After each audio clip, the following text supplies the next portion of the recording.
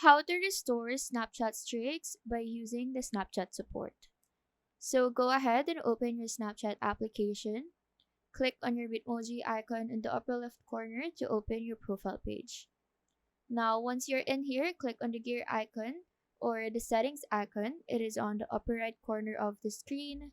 Scroll down in here until you reach the support tab.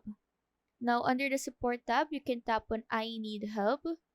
You will then be directed to this page, and in here, choose I lost my snap streak. As you can see here, the only way to restore the snap streak is to purchase it from the app or to start from zero again. Now, there is one way that we can try without paying and without losing the previous snap streaks that we have.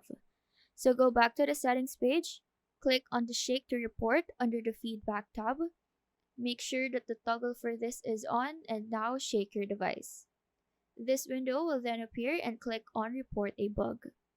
From here, just type in that you need your snap streak back and wait for Snapchat to get back to you in a couple of days, and that should do it. So that is how to restore Snapchat streaks on the Snapchat support. Do let us know if this video helped you out, and if you have any question, feel free to drop them down below. Thank you for watching and have a nice day.